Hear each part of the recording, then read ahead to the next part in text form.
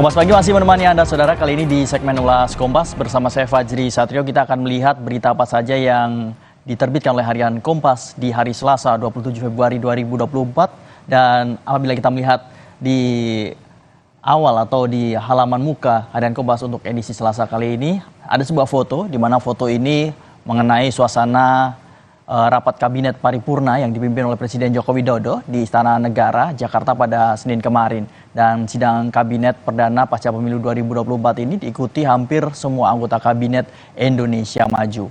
Makan siang gratis dibahas Presiden Joko Widodo yang menekankan pentingnya rencana kerja pemerintah serta rancangan anggaran pendapatan belanja negara 2025 diarahkan untuk menjaga kesinambungan pembangunan serta mengakomodasi program Presiden dan Wakil Presiden terpilih hasil pemilihan Presiden 2024. Nah, terkait hal ini, program makan siang gratis menjadi salah satu yang diperhitungkan pemerintah tentunya.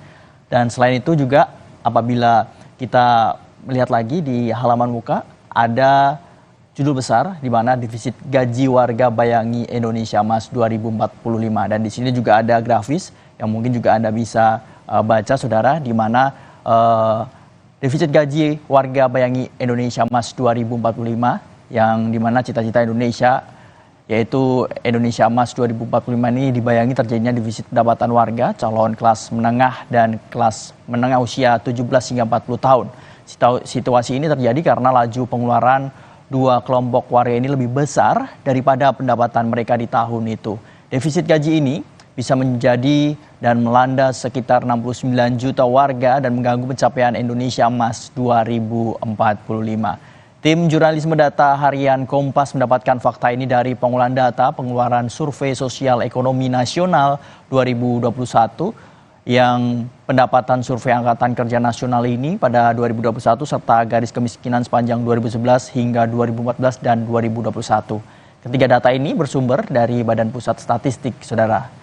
Dan selain itu, Saudara, ada juga berita menarik di halaman 15 yang bisa Anda baca juga, di mana untuk judulnya Satu Nafas Cari Kebenaran.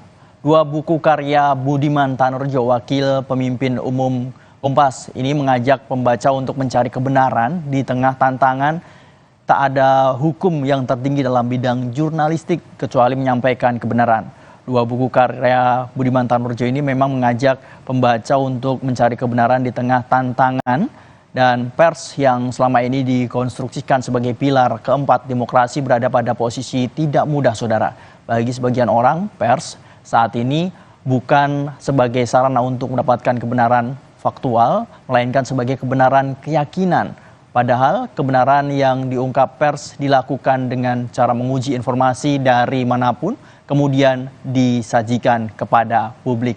Nah, Saudara, apabila Anda ingin membaca lebih lengkapnya, Anda bisa membaca harian Kompas tentunya untuk edisi kali ini, Selasa 27 Februari 2024, dan Anda juga bisa mengakses di kompas.id.